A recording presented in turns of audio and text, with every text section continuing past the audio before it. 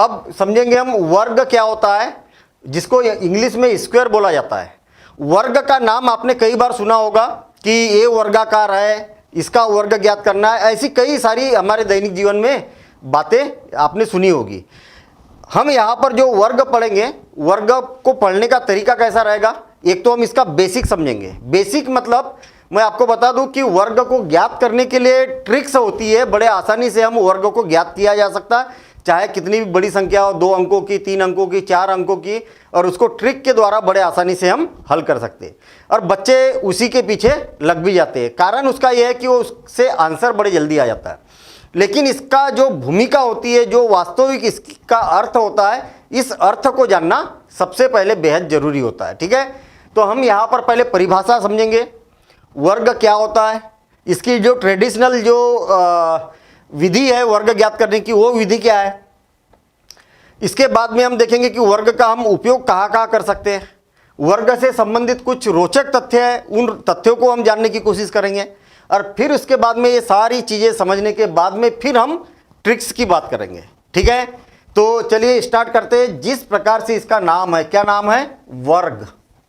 वर्ग यानी कि इसको बोला जाता है स्क्वायर, स्क्वायर, और इसी को घात 2 भी बोला जाता है। क्या बोला जाता है, घात 2, घात 2। अब मेरे ख्याल से ये 3 नाम लिखने के बाद में आप समझ गए होंगे कि इसका मतलब क्या होगा। देखिए, मान लिया जाए कि मेरे पास में 5 है और 5 का वर्ग ज्ञात करना है, तो ऐसा हम यहां पर लिख देंगे, यानी कि 5 की घात 2। इसका अर्थ क्या है कि उसी संख्या में उसी संख्या का गुणा कर देना, इसी संख्या में गुणा कर देना। क्यों, क्योंकि 5 कितने बार आया, 2 बार आया, तो 5 गुणित 2। और हम इसको लिख सकते हैं 50 25, यानी हम यहां पर ये बोल सकते हैं कि 5 का जो वर्ग होता है वो 25 होता है। क्लियर हो गई इतनी बात। फिर से और एक बार, मान लिया जाए कि आपको बोला जाए कि x का वर्ग बताइए। x क्या है, कोई ना कोई एक संख्या होगी। आपको मालूम है कि मैथ्स में जो चीज़ हमें नहीं मालूम उसको x y z कुछ भी मान लिया जाता है। तो x कोई ना कोई संख्या होगी हमारे पास में, मान लिया जाए x है या तो a है, तो a का वर्ग करना है हमें, तो क्या हो जाएगा, a गुणित a, और इसका गुणा करने के बाद में जो भी आ जाएगा उसका आंसर हो जाएगा। तो मेरे ख्याल से वर्ग वाली बात यहाँ पर समझ में आ गई होगी। देखना फिर से और एक बार, सपोज करें कि आपके पास में 7 का वर्ग ज्ञात करना है, 7 का वर्ग ज्ञात करना है, तो जो नीचे लिखा हुआ है ये क्या कहलाता है, इसका आधार कहलाता है। क्या कहलाता है, आधार। और ये वाली जो कहलाती है इसकी क्या, घात। ये क्या कहलाती है, घात। तो सीधा सीधा हम यहाँ पर बोल सकते हैं कि किसी आधार संख्या पर घात 2 हो तो इसको क्या बोला जाएगा, उस संख्या का वर्ग कहा जाएगा। और इसको हल करने का तरीका क्या होता है, उसी संख्या का उसी संख्या में गुना कर दिया जाता है, और साथ ही 49, यानी कि 7 7 जा 49। तो 7 का वर्ग कितना हो गया, 49 हो गया। इतनी बात हमें यहाँ पर समझ में आ चुकी है। लेकिन सोचने वाली बात यह है कि हम ये ऐसा करते क्यों है, जरूरत क्या है इसकी, वर्ग करने की जरूरत क्या है। तो वर्ग करने की आवश्यकता हमें कहाँ पर पड़ती है, तो एक उदाहरण के द्वारा समझते कि मान लिया जाए कि मेरे पास में ये क्या है, तो आप बोलेंगे कि वर्ग है। अरे ये भी वर्ग, ये भी वर्ग, दोनों, ऐसा क्यों। तो देखिए, वर्ग का मतलब ये होता है कि ऐसी ज्यामितीय आकृति जिसकी क्या हो, या तो ऐसा चतुर्भुज जिसके चारों कोण क्या हो, 90 90 अंश के हो। चारों कोण कितने कितने अंश के, 90 90 अंश के, और इसकी चारों भुजाएं क्या हो, बराबर हो। यदि मान लिया जाए कि आपके घर का प्लाट, आपका घर जहां पर बना हुआ है वो प्लाट इसी प्रकार का है, ठीक है, और आपसे बोला जाए कि इसका क्षेत्रफल ज्ञात करो, कि ये जो लाल कलर है या आपका घर का प्लाट है उसका क्षेत्रफल कितना है, तो आप क्या करेंगे, इसकी लंबाई कितनी है, मान लिया जाए कि ये इकाई है। चौड़ाई, वर्ग होता है तो चौड़ाई भी उतनी ही होती है, ये भी उतना ही होता है। मतलब चारों भुजाओं की लंबाइयाँ क्या होती है, बराबर होती है, और चारों कोण कैसे होते हैं, बराबर होते हैं। अब मुझे एक बात बताइए कि इसका क्षेत्रफल ज्ञात करना है तो कैसे करेंगे। तो सिंपल सी बात है कि इसको वर्ग क्यों बोला गया है, वर्ग बोला क्यों गया है। वर्ग बोलने का कारण ये है कि सेम इसी प्रकार की स्थिति इसके साथ में होती है। कैसा, अगर इसका क्षेत्रफल ज्ञात करना है तो आपको क्या करना पड़ेगा, भुजा गुणित भुजा। क्या, भुजा गुणित भुजा। क्या मतलब हुआ इसका, आपको मालूम है कि ये भी भुजा उतनी ही बड़ी है, ये भी भुजा लंबाई में उतनी बड़ी है, ये भी लंबाई में उतनी बड़ी है, ये भी लंबाई में, चारों भुजाओं की लंबाई बराबर है कि नहीं, ये चारों भुजाओं की लंबाई बराबर बिल्कुल है। तो सिंपल सी बात है कि जब लंबाई बराबर है तो ए गुणित ए, और आपको मालूम है कि उसी संख्या का उसी संख्या में गुना किया जाता है तो उसको क्या लिखा जाता है, ऐसा लिखा जाता है। तो इसका मतलब क्या हो गया, ए का वर्ग हो गया। बस देखिए ना, घुमा फिरा के बात वहीं पर आ गई ना कि इसका क्षेत्रफल ज्ञात करना है तो भुजा का वर्ग ज्ञात करना पड़ेगा। ठीक है, तो सेम इसी प्रकार से जैसे मान लिया जाए कि आपके पास में कोई घन है। जानते क्या घन क्या होता है, घन क्या होता है जानते हैं, घन क्या होता है मालूम है। देखिए घन है आपके पास में, और घन कैसा है, घन कैसा है, तो आप बोलेंगे, इसको मैं एक्सपांड कर देता हूँ और थोड़ा सा कलर रंगीन कर देता हूँ इसको, कहने का मतलब, ठीक है ना, तो और मजा आएगा। देखिए ये क्या है, आपके पास में एक घन है, ये घन है, और इस प्रकार से बना दिया मैंने, अब बढ़िया दिखेगा ये। देखिए ये क्या है, एक घन है। घन कैसा होता है, तो आपको मालूम है कि इसकी जो होती है चारों, मतलब जितने 6 पृष्ठ है इसमें, है ना, 6 पृष्ठ, 6 पृष्ठ है कि नहीं। देखिए ये पीला वाला पृष्ठ और इसके पीछे और एक पृष्ठ है, 2 हो गए। एक इधर वाला पृष्ठ लाल वाला, और इसके पीछे भी एक लाल वाला पृष्ठ है। देखिए ये लाल वाला पृष्ठ है, और ये हरा वाला पृष्ठ है, और इधर भी हरा पृष्ठ है। तो ऐसे कितने पृष्ठ है इसमें, ऐसे कितने पृष्ठ है, 6 पृष्ठ है।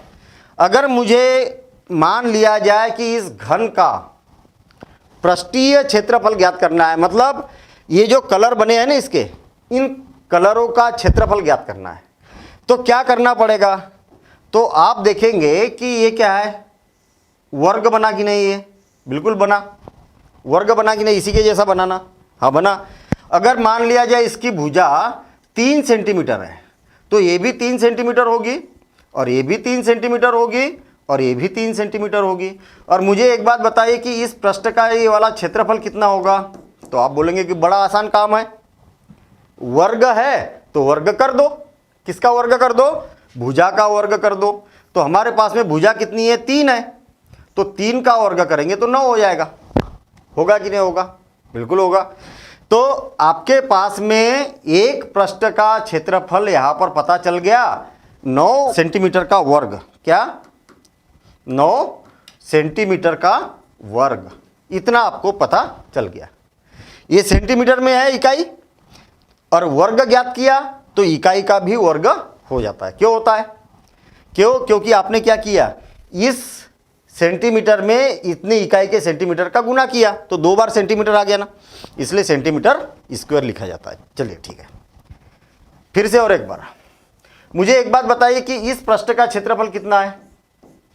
अगर मान लिया जाए मैं यहाँ पर 3 नहीं लिखता हूँ, और यहाँ पर लिख देता हूँ मैं ये सेंटीमीटर, ये इकाई, ये भी ये इकाई है, और ये भी ये इकाई है, तो इस पृष्ठ का क्षेत्रफल कितना होगा, ए का वर्ग होगा कि नहीं होगा, ए गुणित ए। और इसी प्रकार से आपके पास में कितने बराबरी के क्षेत्र है, इसमें कितने पृष्ठ है, 6 पृष्ठ है, तो इसमें 6 का गुना कर देंगे, तो देखिए जरूरत पड़ेगी नहीं वर्ग की। तो ऐसी बहुत सारे अनुप्रयोग है गणित में, और हमारे दैनिक जीवन में भी। कई बार आपको कोई खेत है, वर्गाकार खेत है, उसका क्षेत्रफल ज्ञात करना है, वर्गाकार प्लाट है, उसका क्षेत्रफल ज्ञात करना है। फिर उसके बाद में जब आप घन का पृष्ठीय क्षेत्रफल ज्ञात करेंगे, उसमें भी जरूरत पड़ेगी। ऐसे ही जब गोला रहेगा, गोला रहेगा, गोले में भी 4 पाई r का वर्ग आ जाता सूत्र, आगे चल के बात पता चलेगी, तो वहाँ पर भी वर्ग की जरूरत पड़ेगी। मतलब ऐसे कई बार आपको वर्ग की जरूरत पड़ती है। तो अगर आप वर्ग की ट्रिक और वर्ग के बारे में आप जानते हैं तो बड़े आसानी से चीज़ें कर सकते हैं। अब देखिए, मेरे ख्याल से वर्ग वाली बात यहाँ पर क्लियर हो चुकी होगी कि वर्ग कहाँ किसको जाता है ना। उसी संख्या में गुना करने के बाद जो संख्या आपको प्राप्त होती है वह संख्या उसका वर्ग कहलाती है। देखिए परिभाषा यहाँ पर आ चुकी है। क्या बोला है, किसी संख्या का मान लिया जाए मेरे पास में कोई संख्या है। देखिए जैसा जैसा यहाँ पर परिभाषा बोल रही है वैसे ही काम कर रहा हूँ मैं यहाँ पर। किसी संख्या का, कौन सी संख्या, अरे किसी भी संख्या का, किसी भी मतलब मान लिया जाए मेरे पास में ये संख्या है, अरे ए का मान 3 हो सकता, 5 हो सकता, 25 हो सकता, 100 हो सकता, 1000 हो सकता, कुछ भी हो सकता है। तो कोई भी एक संख्या है, हो सकता कि आप सुन रहे तो आपने सोचा नहीं यार 25 होगी संख्या, किसी ने बोला कि 18 होगी, हाँ जो सोच लिया वही संख्या, ठीक है ना। तो कोई भी एक संख्या है, किसी संख्या का स्वयं में गुना करने पर, देखिए इसका इसी में गुना करने पर प्राप्त संख्या उस संख्या का वर्ग कहलाती है। प्राप्त संख्या, ये जो हमें प्राप्त होगी ये का वर्ग, तो ये जो उत्तर आएगा, ये उत्तर जो होगा उस संख्या का वर्ग कहलाती है। देखिए इस संख्या का वर्ग कहलाती है। ए का वर्ग जो होगा ए का वर्ग कहलाएगी। उदाहरण के लिए देखना, मान लिया जाए 3 का वर्ग कितना हो जाएगा, 3 गुणित 3 और कितना हो गया 9। उसी संख्या का उसी संख्या में गुना करने पर प्राप्त संख्या इस संख्या का वर्ग कहलाती है। तो हम यहां पर बोलेंगे कि यहां क्या होगा, यहां 9 संख्या 3 का वर्ग है, वर्ग है, ऐसा आप यहां पर बोल सकते हैं। और इसको आप नोट करते हुए भी जाएंगे, क्लियर। जिसमें ये जो 3 होगा ये कहलाता है इसका आधार, ये क्या कहलाएगा, इसका आधार कहलाएगा। ये जो होगा ये इसका आधार कहलाता है, और ये क्या कहलाती है, इसकी घात कहलाती है। घात, बात बड़ी छोटी सी है और उस छोटी सी बात को हम बड़ा लंबा खींचते हुए चल रहे हैं। आपको लग रहा होगा कि सर इतनी सी बात, और इतनी सी बात के लिए आप इतना घुमा फिरा के बता रहे हैं। अरे घुमा फिरा के नहीं बता रहे, ये छोटी मोटी बात नहीं है, बहुत बड़ी बात है, क्योंकि दिखने में भली छोटी है लेकिन बड़े काम की है, ठीक है ना। तो हम उन काम को तलाशना चाह रहे हैं कि हम वर्ग से क्या क्या कर सकते हैं, ठीक है। अभी यहां पर देखना, 5 का वर्ग कितना होता है, तो आप बोलेंगे 6 का वर्ग कितना होता है, तो आप बोलेंगे कि 6 का 6 में गुना कर दो ना, तो कितना हो जाएगा, 36 हो जाएगा। तो इसी प्रकार से आप ऐसा वर्ग निकाल सकते हैं। आप नोट करते हुए जाएंगे, ये बातें नोट कर लीजिए आप, ठीक है। अच्छा, जैसे 3 का वर्ग अगर बोला तो इसको पढ़ेंगे कैसा, 3 का वर्ग या 3 का स्क्वायर, 3 का क्या हो जाएगा, स्क्वायर भी बोल सकते हैं वर्ग को। 3 की घात 2 भी बोलते हैं। देखना मजेदार बात बता रहा हूं आपको, जैसे 5 की घात 1 है, 5 की घात 0 है, 5 की घात 2 है, 5 की घात 3 है, 5 की घात 4 है, 5 की घात 5 है, 5 की घात 6 है, और इसी प्रकार से आगे चलते जाएगा। देखना पढ़ने का तरीका, इसको बोलेंगे 5 की घात 0। आपको मालूम होना चाहिए कि किसी भी संख्या की घात 0 होती तो इसका मान 1 होता है, लेकिन पढ़ेंगे कैसा, 5 की घात 0, 5 raise to the power 0, 5 raise to the power 0, ऐसा पढ़ेंगे। अब देखना 5 की घात 1, 5 की घात 1 लिखने की आवश्यकता नहीं होती। 5 की घात 1 का मतलब 5 ही लिखा जाता है इसको। जब किसी की घात 1 होती तो उसको लिखने की आवश्यकता नहीं होती। अब आप समझ जाना कि मैंने 9 लिखा तो 9 की घात कितनी है भाई, नहीं मालूम तो मतलब ये 1 है ही है, नहीं दिख रहा मतलब 1 घात है। तो याद रखना किसी की भी घात 1 होती है तो उसको 5 ही लिखा जाता है, याद रहेगा। मजेदार बात है। अभी याद देखना 5 का वर्ग, 5 का वर्ग, देखिए यहां पर क्या पढ़ रहे हैं हम इसको, 5 का वर्ग, क्या बोल रहे हैं, वर्ग, 5 का वर्ग। 5 की घात अगर 3 रहेगी तो इसको बोलेंगे 5 का घन, क्या बोलेंगे, 5 का घन, ठीक है। देखिए 5 की घात 0 है तो 5 की घात 0 ही बोला जाएगा। अगर 5 की घात 1 है तो बोलने की जरूरत ही नहीं, बस 5 हो जाएगा। क्यों, क्योंकि घात 1 रहती तो उसको लिखने की जरूरत नहीं रहती। 2 घात रहेगी तो वर्ग बोला जाता है, 5 का वर्ग, 5 स्क्वायर, 5 क्यूब बोलते इसको, घन क्या बोलेंगे, 5 क्यूब। अच्छा अब घात 4 है तो क्या बोलेंगे, तो फिर सीधा सीधा बोले जाएंगे घात 4, घात 4, मतलब 5 की घात 4, 5 की घात 5, 5 की घात 6, 5 की घात 7। इसके बाद में जितनी भी घातें होती है उसको डायरेक्ट बोला जाता है। लेकिन वर्ग को कई बार मैंने बच्चों से सुना है पढ़ते हुए कि 5 की घात 2, गलत नहीं है, लेकिन 5 का वर्ग बोलेंगे तो ज़्यादा अच्छा है, ठीक है ना, क्योंकि वर्ग और घन इसको डायरेक्ट बोला जाता है। तो ये याद रखना, ठीक है। इसको पढ़ेंगे 5 का वर्ग, 5 का घन, 5 की घात 4, 5 की घात 5, 5 की घात 6, ऐसा हम यहाँ पर पढ़ेंगे। चलिए, यहाँ पर हमारे पास में पूर्ण वर्ग संख्या का इकाई का अंक क्या होगा? बड़ी मज़ेदार बात है, देखना। मैं क्या करता हूँ, करके देखता हूँ। मेरे पास में पूरी लिस्ट भी है, लेकिन मैंने यहाँ पर इसलिए नहीं लाया कि करके दिखाऊंगा तो और ज़्यादा मज़ा आएगा। देखना, 1 का वर्ग कितना होता है, तो आप बोलेंगे कि 1 सभी लोग जानते हैं। 2 का वर्ग कितना होगा, तो 4। कैसे? अरे 2 का 2 में गुना कर दो, आपको तो अभी सीखा ना। वर्ग क्या होता है? उसी संख्या का उसी संख्या में गुना, उसी को तो वर्ग बोला जाता है, बस सिंपल सी बात है। तो देखिए, 2 का वर्ग यानी 4, 3 का वर्ग यानी 9, 4 का वर्ग यानी 16, 5 का वर्ग यानी 25, 6 का वर्ग यानी 6 6 36, 7 का वर्ग यानी 7 7 49, 8 का वर्ग यानी 8 8 64, 9 का वर्ग यानी 9 9 81, 10 का वर्ग यानी 10 10 100। और आपको मेरे ख्याल से 10 तक तो पहाड़ा सभी को आता है ना।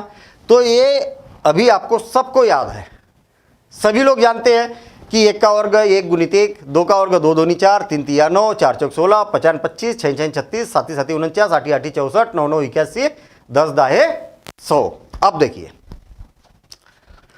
आपको मैं बता दूं कि आप चाहे किसी भी क्लास में हो, कक्षा 5वीं से लेके कक्षा 10वीं तक बोल सकते हैं। 11वीं 12वीं वाले तो बच्चे ये सब सारी बातें जानते ही है, 10वीं तक ही बोल सकते हैं हम। तो ये सभी कक्षाओं के लिए वीडियो महत्वपूर्ण है, ठीक है ना। और पूरा बेसिक लेवल से हम चल रहे हैं। थोड़ा सा हो सकता है कि 9 10 तक के बच्चे हैं तो उनको थोड़ा सा ऐसा लगे कि अरे सर ये तो फालतू की बातें, ये तो सब हमने छोटी कक्षाओं में पढ़ लिया है और ये सब जानते हैं। लेकिन फिर भी मैं आपको बता दूं कि ऐसी बहुत सारी आपको इन्फॉर्मेशन मिलेगी कि जो कहीं ना कहीं मिस हो चुकी होगी।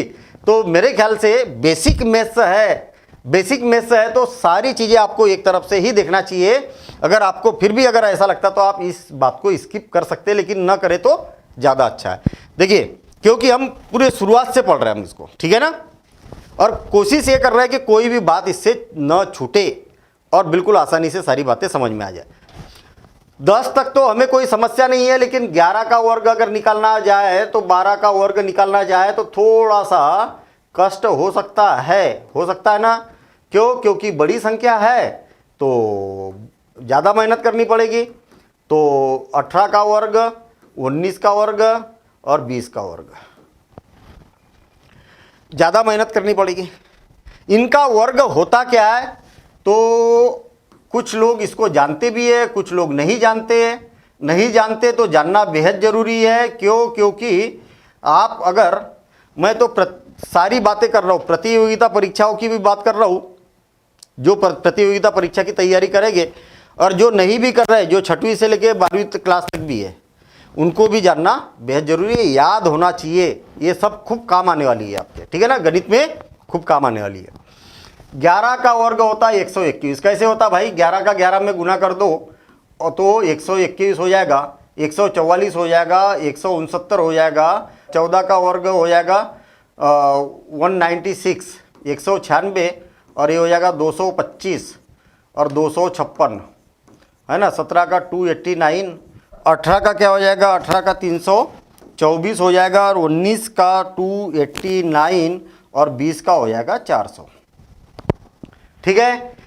तो ये इतने वर्ग तो आपको याद होना ही चाहिए, ऐसा नहीं कि करके देखेंगे हम, ये याद होना चाहिए। वैसे मैं आपको बता दूं कि अगर आप कक्षा 6वीं क्लास तक हो आप, है ना, तो 6वीं क्लास तक हो तो आपको कम से कम 15 तक का वर्ग याद होना चाहिए, 15 तक का। अगर मान लिया जाए कि आप 8वीं क्लास तक है तो आपको 20 तक का वर्ग याद होना चाहिए। अगर 10th क्लास तक हो तो आपको 30 तक का स्क्वायर मालूम होना चाहिए। और यदि आप 10th क्लास से आगे हो तो आपको 50 तक का वर्ग याद होना चाहिए। 50 तक का वर्ग मौखिक याद होना चाहिए। समझ में आई बात क्या बोल रहा हूँ मैं?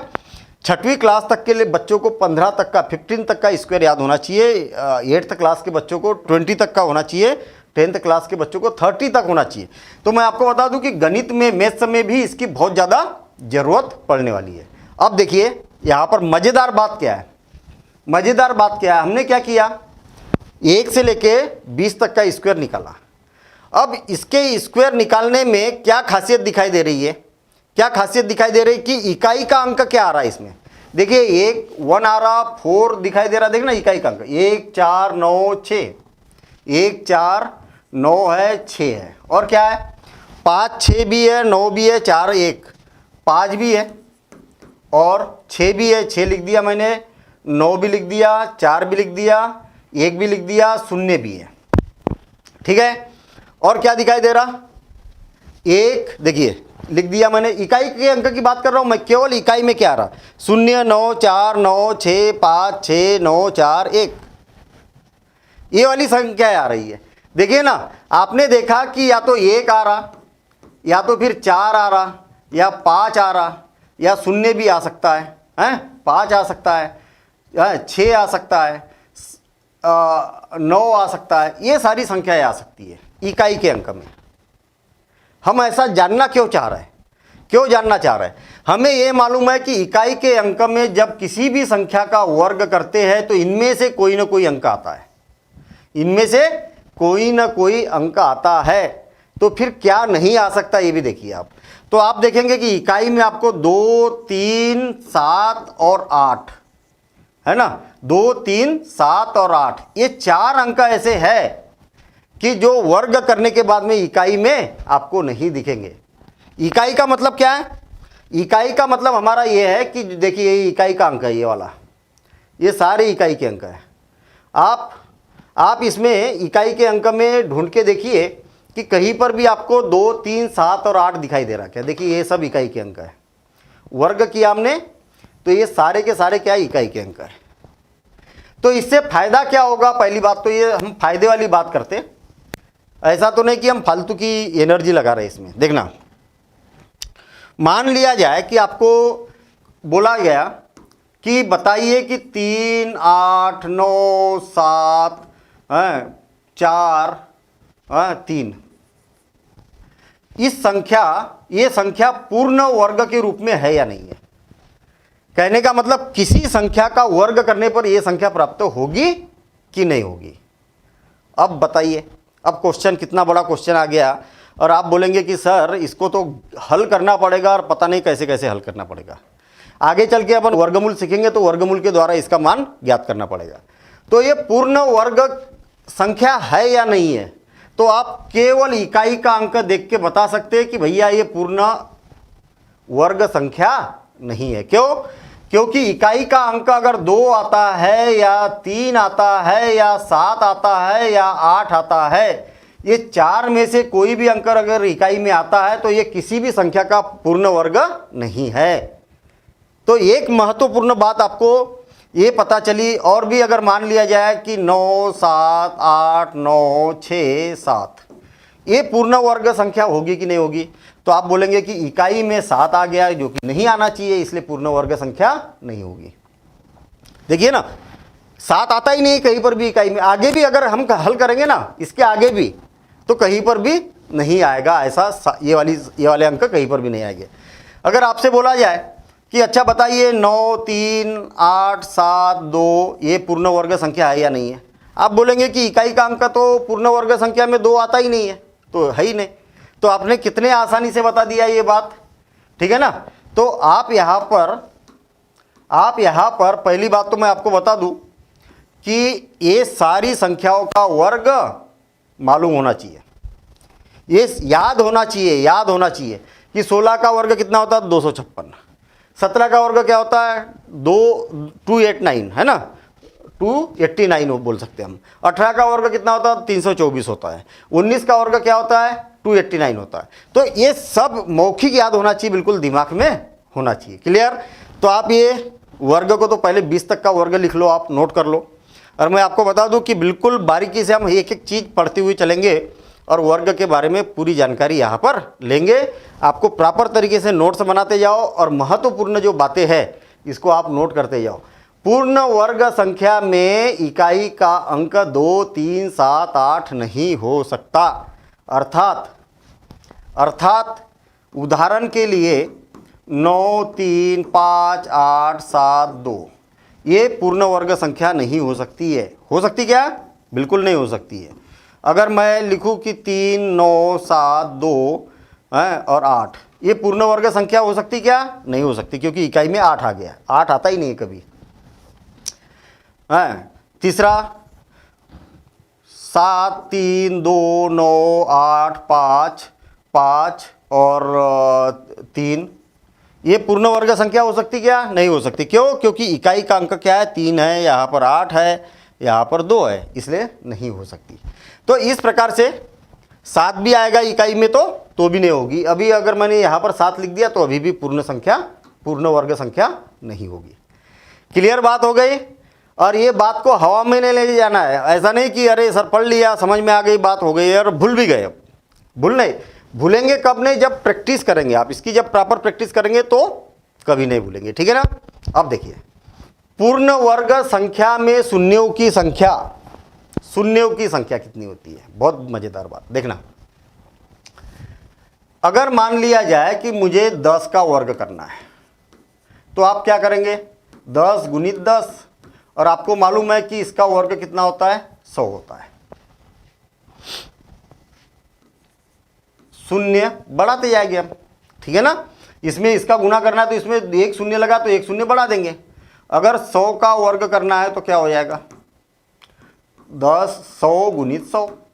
और आप बोलेंगे कि बड़ा आसान काम है ये, तो 4 शून्य लगा दो, लगेगा ही नहीं। तो यदि मान लिया जाए कि 1000 का वर्ग करना है तो बताइए जरा, 1000 गुणित 1000, सही है ना? और दोनों का गुना करेंगे तो 6 शून्य लग जाएंगे। कितने? 5 ही लगे, अभी 6 शून्य लगेंगे। तो वर्ग संख्या में शून्यों की संख्या कितनी होती है? देखिए कितने शून्य हैं? 2। इसमें कितने हैं? 4। इसमें कितने हैं? 6। हमेशा अगर कोई वर्ग संख्या है तो उसमें शून्यों की संख्या हमेशा सम संख्या ही होगी। 2 शून्य हो गए या 4 शून्य हो गए या 6 शून्य हो गए या 8 शून्य हो गए। जैसे मान लिया जाए आपके पास में 900 है तो इसका किस संख्या का वर्ग है? ये वाली बात बताइए, ये किस संख्या का वर्ग है? तो आपने देखा कि जितने शून्य होते उसके आधे शून्य वर्ग वाली संख्या में होते। देखिए यहाँ पर 4 शून्य है तो उसके आधे यहाँ पर है। तो सिंपल सी बात है कि यहाँ पर 2 शून्य है तो जो इसका वर्ग आए, जो संख्या आएगी जिसका वर्ग है ये, उस संख्या में कितने शून्य हो गए? 1 शून्य होगा, क्योंकि इसमें 2 है। और 9 किसका वर्ग है? तो 3 का है। इसका मतलब 30 का वर्ग करेंगे तो इतना आएगा। कितना बढ़िया काम हो गया। अगर इसका वर्ग कर रहे हैं तो शून्य, जितने शून्य है उससे डबल शून्य हो जाएंगे, और इसका इसी में गुना करेंगे तो यहाँ पर लिख दिया जाएगा। ठीक है? हाँ, अब और एक बात समझिए आप। मैंने क्या बोला था आपको कि जिस संख्या में इकाई के स्थान पर 2, 3, 7 और 8 आता है, इकाई के स्थान पर ऐसी संख्या आती है, वो संख्या किसी का भी वर्ग नहीं होती है, पूर्ण वर्ग नहीं होती है वो संख्या। ठीक है ना? जैसे अगर मान लिया जाए कि 3, 5, 9, 2 ये किसी भी संख्या का वर्ग नहीं है। क्यों? क्योंकि इकाई में ये संख्या आई है। अगर मान लिया जाए 12 तो ये किसी भी संख्या का वर्ग नहीं हो सकती है।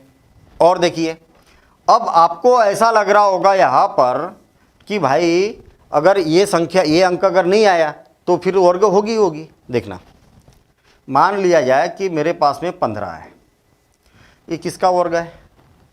अरे किसी का वर्ग नहीं है। क्यों?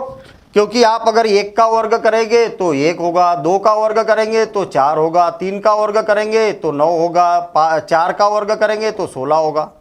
15 तो किसी का वर्ग नहीं है। 15 तो किसी का वर्ग नहीं है। है क्या किसी का वर्ग? बिल्कुल नहीं है। नहीं है किसी का वर्ग। लेकिन यहाँ पर तो इकाई के स्थान पर ये 4 है ही नहीं। तो कहने का मतलब इकाई के स्थान पर अगर इनमें से कोई संख्या अगर नहीं है तो फिर वर्ग हो भी सकती, नहीं भी हो सकती। समझ में आई बात? इनको छोड़कर अगर इकाई के स्थान पर कोई अंक आता है तो वर्ग हो भी सकती है, वर्ग संख्या हो भी सकती है वो, या तो नहीं भी हो सकती। गारंटी नहीं कि होगी ही होगी। लेकिन अगर ऐसा आता है इकाई के स्थान पर तो फिर तो गारंटी है कि भैया वो होगी नहीं किसी का वर्ग। क्लियर ना? चलिए, तो हमने यहाँ पर शून्यों की संख्या के बारे में डिस्कशन किया है, और इसको आप नोट कर लो, रिमार्क में नोट कर लो, और उदाहरण के तौर पर आप इसको लिख लो। उदाहरण के तौर पर पहले इसको लिखो, पूर्ण वर्ग संख्या में शून्यों की संख्या सम होती है। देखिए, इसमें 2 शून्य है यानी कि सम है, इसमें 4 शून्य है यानी कि सम संख्या है, इसमें 6 शून्य है यानी कि सम संख्या है। 8 हो सकती है शून्य, 10 हो सकते हैं, 12 हो सकते हैं, इस प्रकार से हो सकते हैं। ठीक है? हाँ, और देखिए महत्वपूर्ण बात, ये वाला नोट हो गया, ये नोट हो गया, इसको मैं इधर कर देता हूँ। चलिए, अब देखिए, मुझे एक बात बताइए कि इन वर्गों को देख के क्या पता चल रहा है? क्या पता चल रहा बताइए? 1 का वर्ग किया तो 1 क्या है? विषम संख्या है। 1 क्या है? विषम संख्या। ध्यान देना इधर, 1 क्या है? विषम संख्या है, तो विषम का वर्ग विषम हुआ। 3 भी विषम संख्या है तो विषम का वर्ग विषम हुआ। अरे सम और विषम जानते ही नहीं? सम संख्या का मतलब होता है 2, 4, 6, 8, 10, 12, 12, 14 और इसी प्रकार से।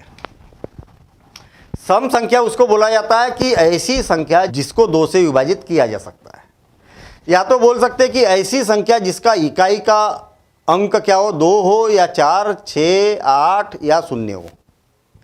इकाई का अंक, जैसे ये वाली सम संख्या है। क्यों? क्योंकि इकाई का अंक क्या है? 2 है, तो ये सम संख्या है। इकाई का अंक 8 है तो सम संख्या है। इकाई का अंक 3 है तो सम संख्या नहीं है, क्या है? विषम संख्या है। आई बात समझ में? जब इकाई का अंक 2, 4, 6, 8 या 0 होता है तो वो संख्या सम संख्या कहलाती है। क्लियर? देखिए, ये वाली क्या है? विषम संख्या है, तो विषम का वर्ग विषम हो गया, विषम का वर्ग विषम, विषम का वर्ग विषम, विषम का वर्ग विषम, विषम का वर्ग विषम ही है। देखिए, जितनी भी विषम संख्या है उनका वर्ग करने के बाद में भी आपको विषम संख्या ही प्राप्त होती है, और सम संख्या का वर्ग करने के बाद में सम संख्या ही प्राप्त होगी। तो देखिए, आपको ये बात यहाँ पर नोट कर लेना चाहिए कि भाई जब सम संख्या का वर्ग किया जाता है, सम संख्या का वर्ग सम और विषम संख्या का वर्ग विषम संख्या, इसको सही कर लेना, विषम संख्या का वर्ग क्या होता है? विषम संख्या ही होती है। ये इस बात को आप नोट कर लो।